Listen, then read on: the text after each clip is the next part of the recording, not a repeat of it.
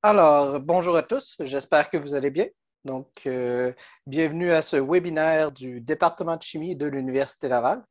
Je me présenterai dans quelques secondes, mais ça me fait plaisir d'être avec vous euh, aujourd'hui et de vous parler un peu des différents programmes qui sont offerts au département de chimie. Donc, que ce soit du baccalauréat, donc peut-être pour plusieurs d'entre vous, c'est ce qui vous intéresse, mais également de la maîtrise et du doctorat qui sont possibles de faire au département de chimie. La présentation sera enregistrée et sera disponible pour réécoute ultérieure. Afin de faciliter votre expérience d'écoute, je vous invite à conserver votre micro fermé ainsi que votre caméra et vous aurez l'opportunité de les réactiver lors de la période de questions qui suivra notre petite présentation. Donc, première chose, laissez-moi le plaisir de vous souhaiter la bienvenue au département de chimie de l'Université Laval. Je tiens à vous mentionner le département de chimie, comme vous pouvez voir dans le petit logo qui est là, en 2020-2021, fête son centième anniversaire. Ça peut paraître comme étant un vieux département, mais je vais essayer de vous convaincre, en tout cas, je suis presque convaincu que je vais vous le démontrer, que le département de chimie, malgré son âge vénérable, est un département qui est toujours d'actualité et qui est toujours excessivement actif. Aujourd'hui, je me présente. Je serai votre hôte. Donc, mon nom est Dominique Larivière. Je suis professeur au département de chimie depuis une quinzaine d'années et responsable des activités de recrutement.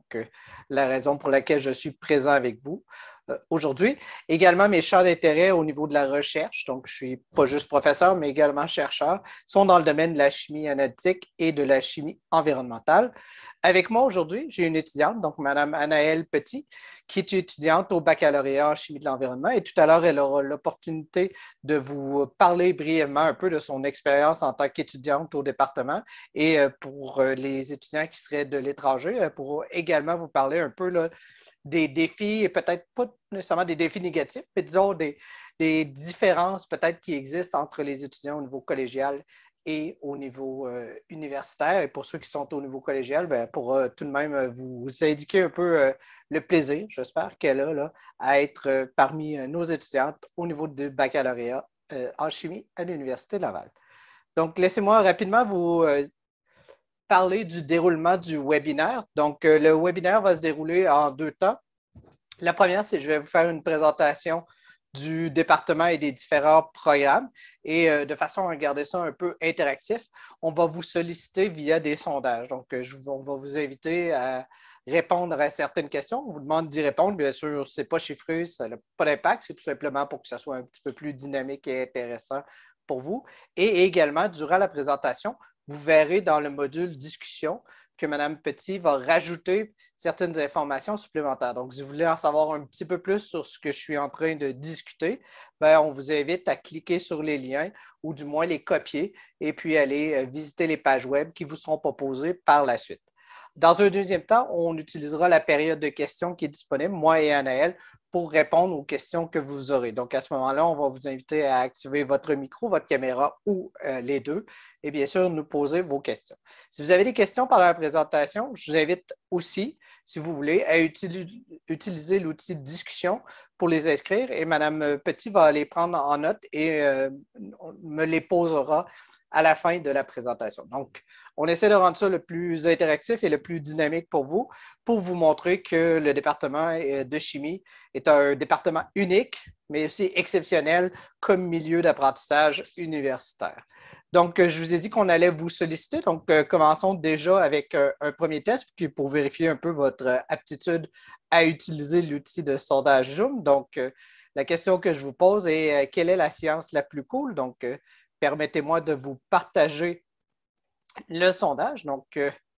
Voici le sondage que vous recevez présentement. Donc, quelle est la science la plus cool? Est-ce que ce sont les nanotechnologies, la chimie, la physique ou encore la biologie, ou les mathématiques? Hein? Je vous rappelle là, que vous êtes au webinaire du département de chimie, pas pour vous mettre du tout de pression. D'accord? Donc, en fait, la question ici, c'est juste pour vous permettre de vous familiariser avec les outils qui sont disponibles sur Zoom. Je vous laisse encore quelques questions quelques secondes plutôt, excusez-moi, pour que vous puissiez répondre à la question et par la suite, on débutera. Donc, un dernier 10 secondes pour les gens qui n'auraient pas eu la possibilité de répondre au sondage. D'accord? Donc, je mets fin au sondage et je partage les résultats avec vous. Donc, la totalité d'entre vous avait répondu la chimie. Ben, c'est parfait, ça va rendre mon travail beaucoup plus simple. Donc, je n'aurai pas de difficulté à vous convaincre que la chimie, c'est excessivement cool. En fait, je vais vous donner des exemples pour supporter cette affirmation-là que la chimie est la science parmi les plus cool des sciences qui existent à l'Université Laval. Donc, allons-y, débutons un peu notre cheminement. Et donc, j'ai un message important que je veux vous véhiculer dès le début de la présentation. C'est vous dire que la chimie, c'est une science moderne et passionnante, que c'est vraiment une science d'avenir. Donc, même si ça fait 100 ans au département qu'on existe, on est toujours d'actualité dans les problématiques, les enjeux et les découvertes qu'on fait. On est vraiment au centre des grandes découvertes scientifiques de ce siècle et des grandes problématiques de ce siècle, d'accord? Et vraiment, les chimistes sont là pour changer le monde. Donc, avec une formation en chimie, vous pouvez être un vecteur de changement important.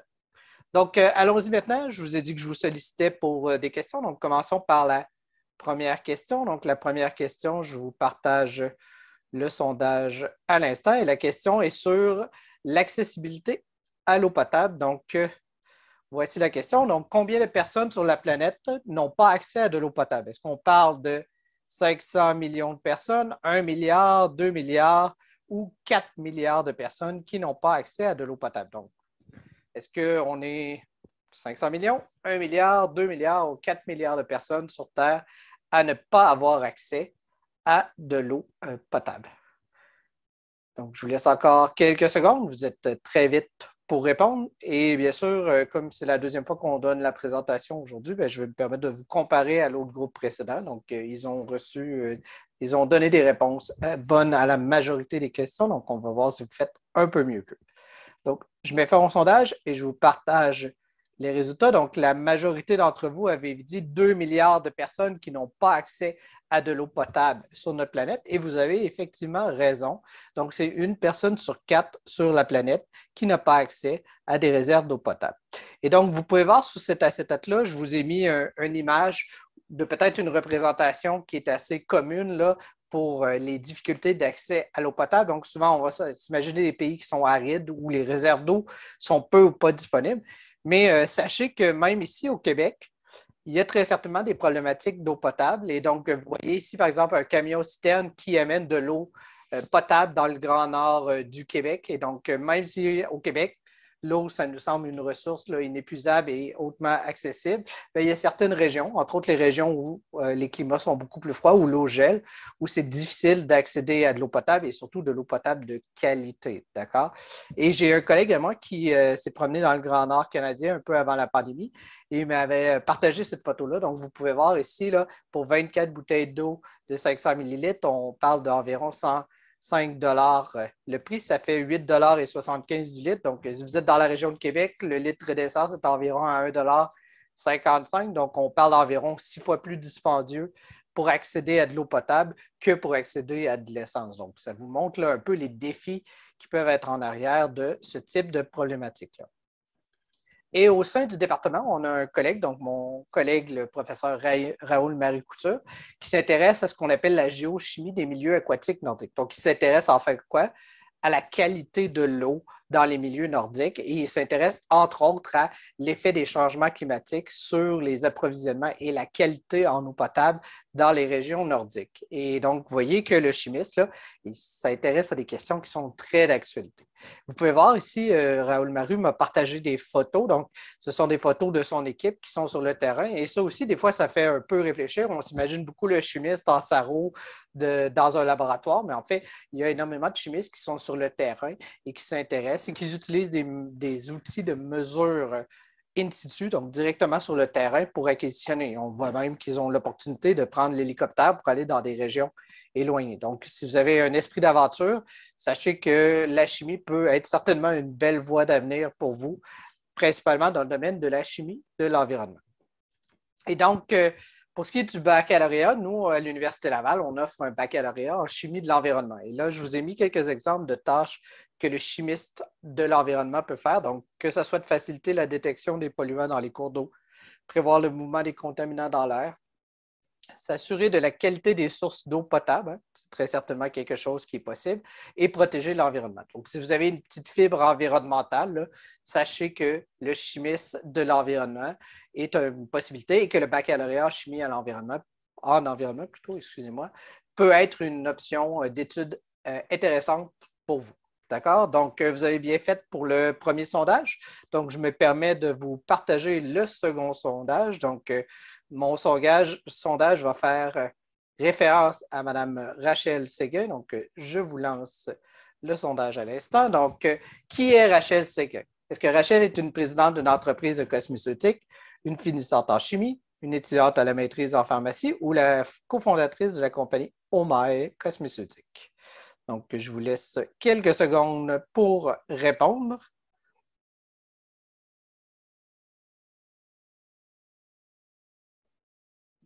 Donc, encore 10 secondes pour vous si vous n'avez pas eu la chance de mettre votre vote sur une des 4 choix de réponse. Donc, qui est Rachel, présidente d'une entreprise de cosméceutique, une finissante du programme en chimie, une étudiante à la maîtrise en pharmacie ou la cofondatrice de Omae? Donc, c'est bon, je termine le sondage. Je vous partage les résultats. Donc, la majorité d'entre vous avait dit la cofondatrice de Omae et une finissante en chimie. En fait, c'est une question un peu piège parce que toutes les réponses sont bonnes. Donc, Rachel, elle est la présidente d'une entreprise. Elle est une finissante de notre baccalauréat en chimie cosméceutique. Elle a débuté depuis quelques années une maîtrise en pharmacie. Elle est cofondatrice de Omae. Donc, bravo, vous avez eu la bonne réponse. Maintenant, regardons un peu plus qui est Rachel. Donc, je vous ai mis ici 2 photos. Donc, la première photo à votre gauche, vous voyez Rachel avec les dragons. Donc, elle a passé à l'émission Les Dragons pour promouvoir la compagnie qu'elle a créée et qu'elle a débuté suite à sa formation en chimie bio, en chimie cosméceutique, plutôt, excusez-moi, à l'Université Laval. Et à droite, bien, vous pouvez voir la gamme de produits qu'il crée. Donc, il crée des produits sur mesure pour les clients basé sur certains algorithmes d'intelligence artificielle et elle utilise ses compétences acquises en cosméceutique pour faire ça. Donc, vous voyez, entre autres, la chimie peut amener à la fibre entrepreneuriale et à la création de votre propre entreprise. Donc, si vous êtes intéressé, ça peut faire partie des choses qui sont possibles pour vous en tant que chimiste, dans ce cas-ci, dans le domaine de la cosméceutique. Donc, parlons un peu pourquoi est-ce que les chimistes s'intéressent à la cosméceutique, hein, la cosmétique. Bien, il y a des problématiques, il y a des enjeux au niveau des produits de beauté et des crèmes et autres. Un de ceux-là, c'est par exemple la présence de billes de plastique à l'intérieur des produits pour les soins de la peau. Et donc, ces billes-là, lorsque on se nettoie et qu'on lave le produit, bien, ils vont se retrouver dans les égouts et ils vont se retrouver dans l'environnement. Donc, ce n'est pas nécessairement quelque chose qu'on veut. Donc, il y a des chimistes qui s'intéressent à trouver des produits alternatifs ou encore, par exemple, vous avez un composé ici qui sert pour la préservation des cosméceutiques et des cosmétiques. Mais malheureusement, il y a de plus en plus de gens qui vont développer des allergies à ce produit-là. Et donc, le chimiste, bien, il travaille à trouver des alternatives plus vertes, moins dommageables pour la santé, moins irritantes dans ce cas-ci, pour permettre de la production de produits cosmétiques en adéquation là, avec notre environnement et notre santé. Donc, parlons un peu des possibilités qui sont en lien avec le baccalauréat en chimie cosmétique. Ben, à la fin, le chimiste dans le domaine du cosmétique, il fait quoi? Il peut identifier de nouveaux composés bioactifs. Hein? Il peut mettre au point les cosmétiques qui sont adaptés pour chaque être humain, développer des formulations plus vertes, puis caractériser, s'assurer de l'innocuité et de la conformité des cosmétiques. Donc, vous voyez, si c'est quelque chose qui vous intéresse, sachez que le baccalauréat en chimie cosmétique à l'Université Laval est le seul au Canada à offrir cette formation-là. Donc, si vous êtes intéressé, on vous invite à vous inscrire et appliquer dans ce programme. Donc, allons-y, vous faites très bien dans les sondages. Donc, passons au sondage suivant. Donc, le sondage suivant va s'intéresser à la question de la malaria. D'accord? Donc, je relance le sondage et je vous invite à voter. Donc, la question est à savoir, la malaria a tué combien de personnes en 2018, donc il y a quelques années de ça? Est-ce qu'on parle de 200 000, 400 000, 600 000 ou 1 million de personnes qui sont décédées de la malaria en 2018? Donc, je vous invite à voter et me donner votre opinion sur le nombre de personnes qui sont décédées de la malaria en 2018. Donc, je laisse encore 5 secondes. Vous êtes très rapide pour voter, c'est bien parfait. Donc, je mets fin au sondage. Et donc, la majorité d'entre vous avait indiqué que c'est 600 000 personnes par année qui décèdent qui en 2018 ont décédé de la malaria. Et vous avez raison, c'est exactement le nombre. En fait, c'est un petit peu moins que 600 000, mais dans le cadre des réponses que je vous ai données, vous avez choisi la bonne réponse. Donc, pourquoi est-ce que je vous parle de la malaria? Mais en fait, la malaria, c'est une maladie mortelle. Et vous allez voir ici le nombre de décès. Et vous voyez qu'au début des années 2000, on a frôlé le 1 million de décès annuellement en lien avec la malaria et que depuis ce temps-là, ça a diminué. Et la raison pour laquelle il y a eu une diminution, c'est parce qu'on a découvert cette petite molécule-là, l'artémisinine, d'accord, au sein de plantes qui poussent un peu partout dans le monde et on a réussi à l'extraire et à en produire des quantités suffisantes pour traiter la malaria dans beaucoup de produits. Donc, c'est déjà d'un point de vue chimique, quelque chose qui est assez intéressant. Le problème qu'on observe présentement avec cette molécule-là, c'est que dans certaines régions du monde, il y a ce qu'on va appeler l'apparition de résistance, donc de brins de malaria qui sont résistants à l'artémisinine, d'accord? Et donc, on doit déjà se poser la question comment est-ce qu'on va réussir à régler cette problématique-là, mais en utilisant une autre molécule que celle qu'on utilise présentement. Et à l'Université Laval, on est chanceux, on a un chercheur, donc le professeur Normand Voyer, qui s'intéresse à ce type de produit-là en essayant de trouver des produits naturels qui auraient des propriétés antimalariennes. Et avec son étudiant au doctorat, Christopher Bérubé, ben, ils ont réussi, sur la base de travaux de collègues qui avaient montré que la mortiamide A est une molécule antimalarienne intéressante, ben, ils ont fait la synthèse à partir des produits disponibles commercialement pour en produire des quantités importantes et qui pourraient servir de médicaments antimalariens. D'accord? Et pourquoi est-ce qu'ils ont fait ça? Bien, le problème, c'est que la mortiamide A, on la retrouve essentiellement dans des organismes vivants qui se retrouvent dans le fond de l'eau de la baie de Fundy. Et donc, vous comprenez qu'on n'en produira pas des tonnes et des tonnes pour pouvoir, si vous voulez, le distribuer ce médicament-là dans un futur rapproché là, à ceux qui seraient atteints de malaria. Et donc, l'idée est de voir est-ce qu'on peut prendre une route synthétique pour aller synthétiser cette même molécule-là. Et c'est ce que Christopher et Normand ont réussi à faire. Donc, on est très fiers. Et ça m'amène à vous parler de notre baccalauréat suivant, donc le deuxième des 5 baccalauréats qu'on offre à l'Université Laval, qui est le baccalauréat en chimie biopharmaceutique. Et un chimiste en biopharmaceutique, qu'est-ce que ça fait? Bien, ça identifie des nouveaux composés à potentiel pharmaceutique, ça caractérise des protéines thérapeutiques, ça développe des outils de bioanalyse médicale. Hein. Donc, si je veux vérifier que vous avez la COVID, bien, en arrière de la COVID, il y a des chimistes qui travaillent à développer des tests plus rapides, plus efficaces. Et bien sûr, s'assurer de l'innocuité des médicaments. Donc, si vous êtes intéressé par tout ce qui est biopharma, bien, sachez que le baccalauréat à l'Université Laval est une belle option pour vous et vous permettra d'acquérir des compétences là, qui sont recherchées par les employeurs. Donc, allons-y. Encore là, vous faites très, très bien dans les sondages. Donc, sondage suivant. Donc, on va parler un peu d'énergie. Donc, ma question que j'ai pour vous est à savoir quelle est la consommation d'électricité en mégawattheure par capita des habitants de la province de Québec en 2017. Donc, quelle est la consommation d'électricité par capita au Québec en 2017? Donc, vous avez le choix entre 5, 10, 15 et 20. Donc, je vous laisse quelques secondes pour répondre à cette question. Par la suite, on verra un peu comment est-ce que la consommation d'électricité a un lien avec le département de chimie et la chimie en façon générale. Donc, encore une dizaine de secondes pour ceux qui n'auraient pas eu le temps de répondre. Et par la suite, on partagera les réponses avec vous. D'accord, donc la majorité d'entre vous avaient répondu.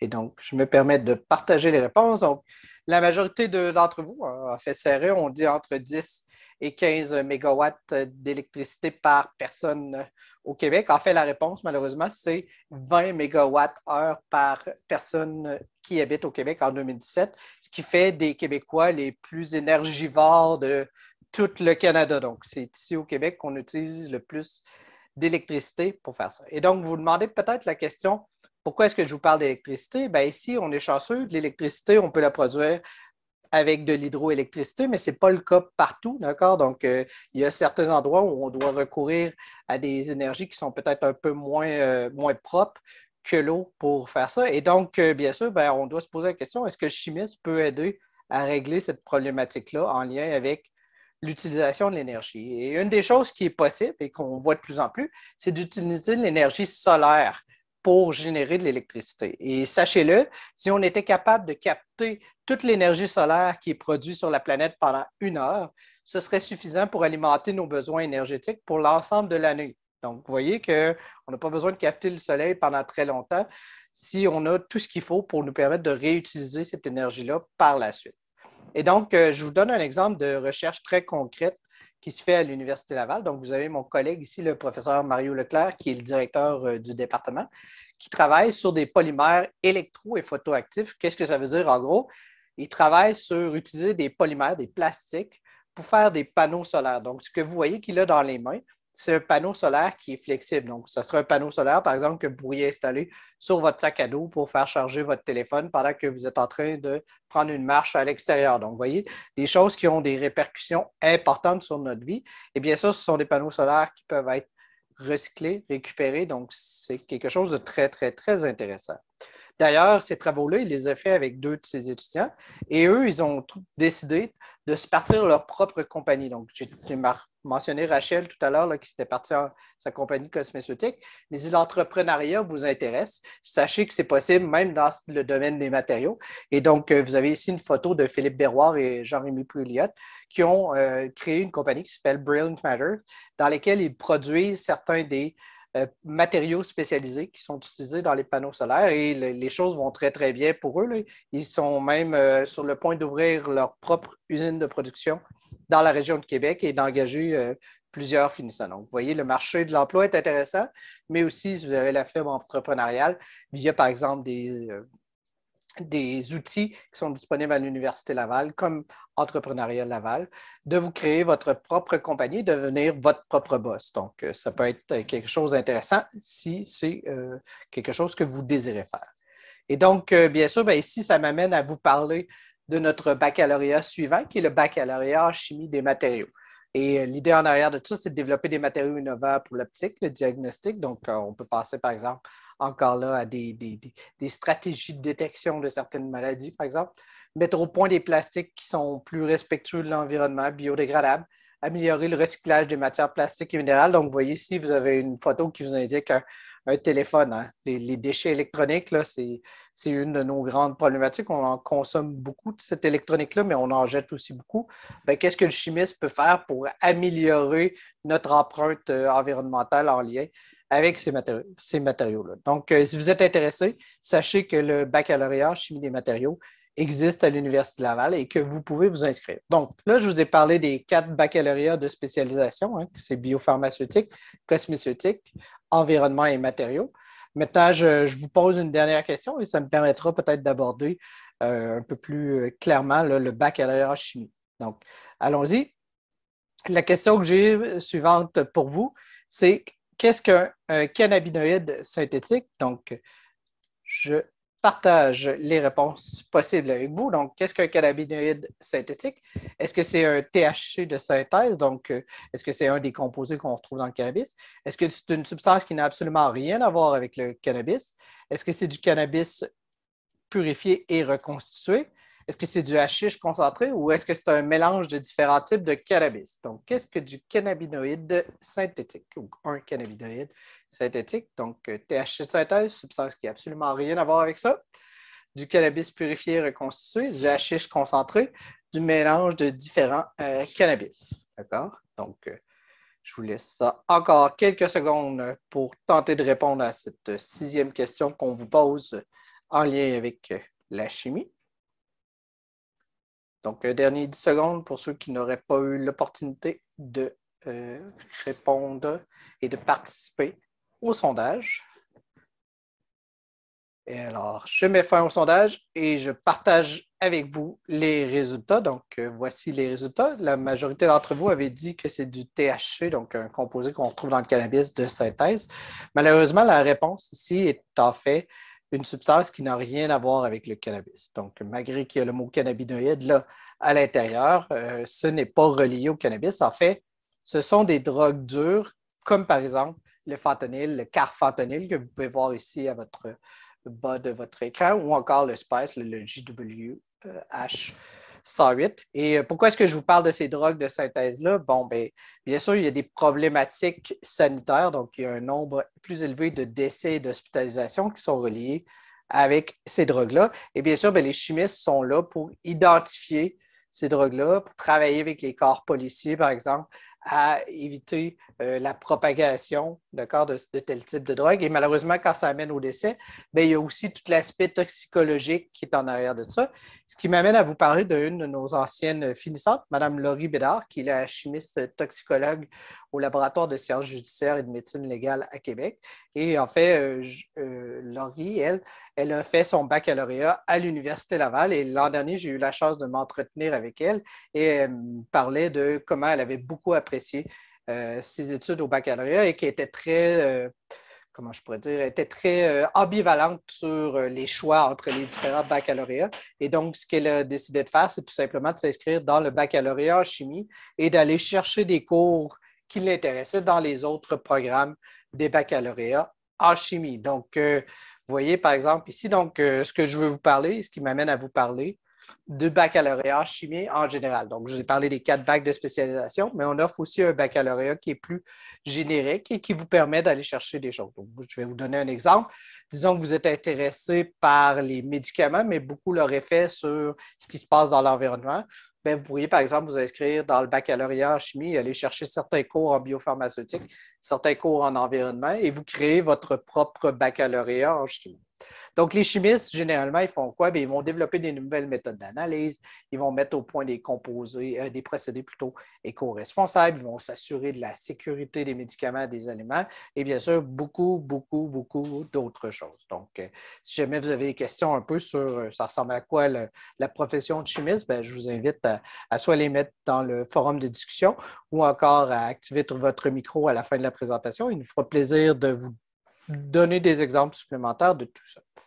Donc, question suivante pour vous. Donc, allons-y avec le sondage suivant. Donc, le sondage suivant, il fait appel à l'image que vous voyez ici. Donc, que représente cette image que vous voyez? Donc, vous avez différents choix. Donc, est-ce que c'est une fosse à décantation, une cuve de fermentation, un système d'épuration des eaux usées, une fosse à purin ou est-ce que c'est un réacteur de dégradation de la biomasse? Donc, qu'est-ce que vous croyez qu'on vous présente sur la photo qui est présente? Donc, fosse à décantation, cuve de fermentation, système d'épuration des eaux usées, fosse à purin ou un réacteur de dégradation de la biomasse. Donc, je vous laisse encore quelques petites secondes pour nous donner votre réponse et ensuite, on en parlera un petit peu plus de cette magnifique image que vous pouvez voir. D'accord? Un dernier 5 secondes pour ceux qui n'auraient pas eu le temps de répondre. Donc, voici les résultats du sondage. Donc, vous pouvez voir ici que la majorité d'entre vous avaient répondu une cuve de fermentation et vous avez tout à fait raison. C'est effectivement une cuve de fermentation qu'on observe là.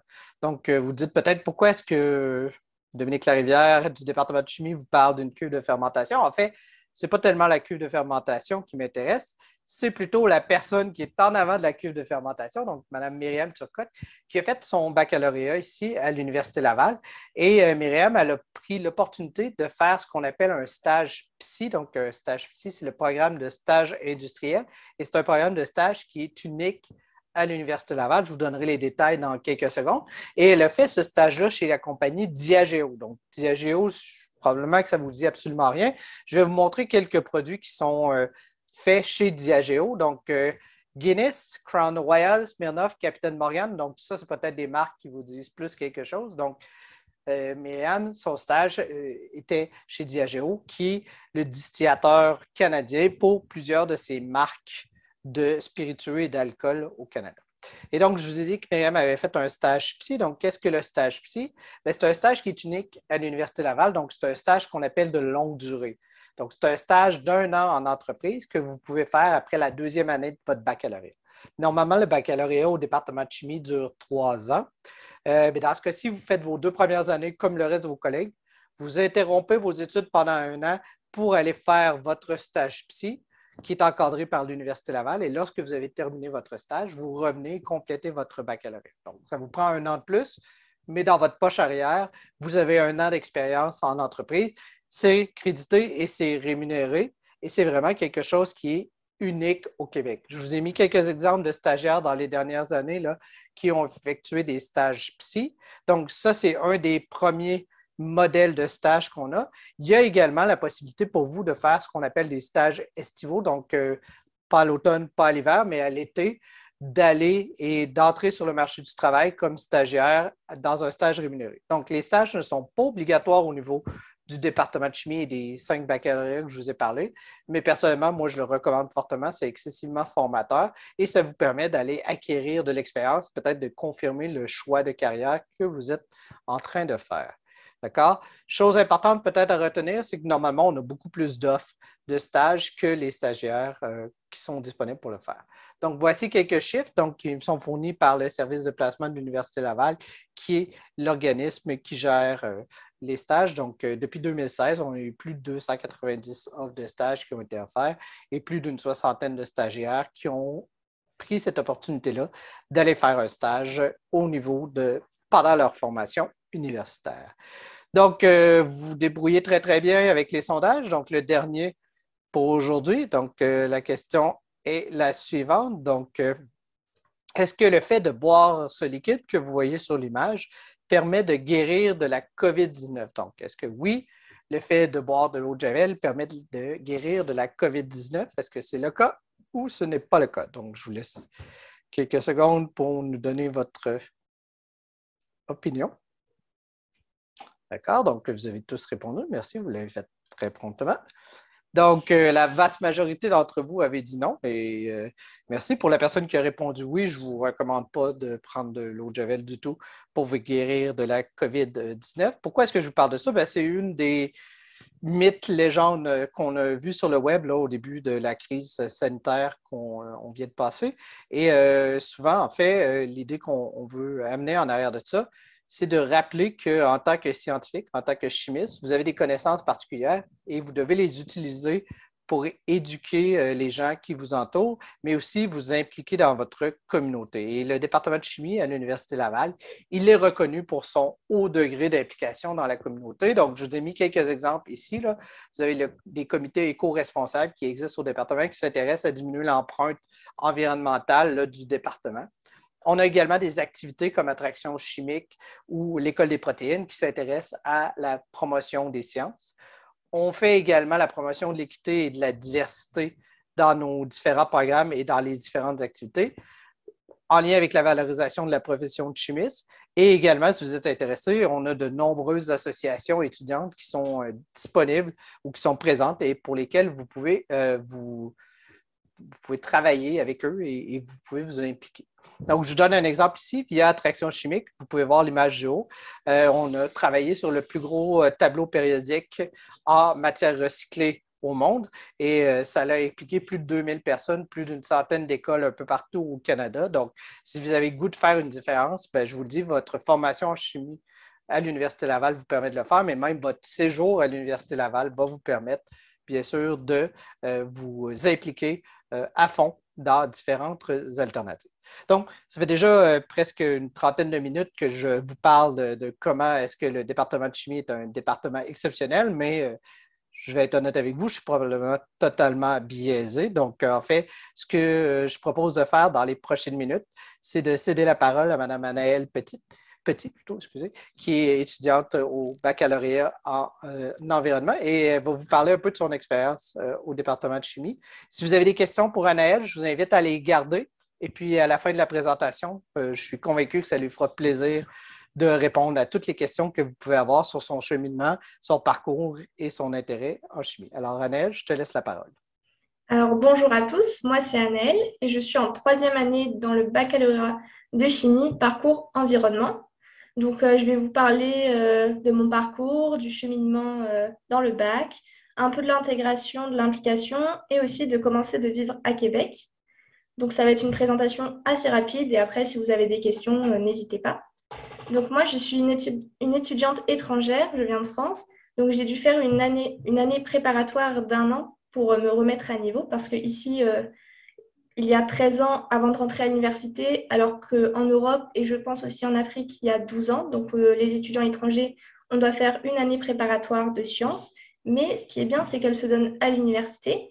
Donc, ça permet de s'habituer au système de notation québécois, mais aussi de se promener dans l'université parce que l'université Laval, c'est quand même une grosse université. Donc, voilà, c'est une année assez facile. C'est des cours de chimie, de biologie, de physique et de maths.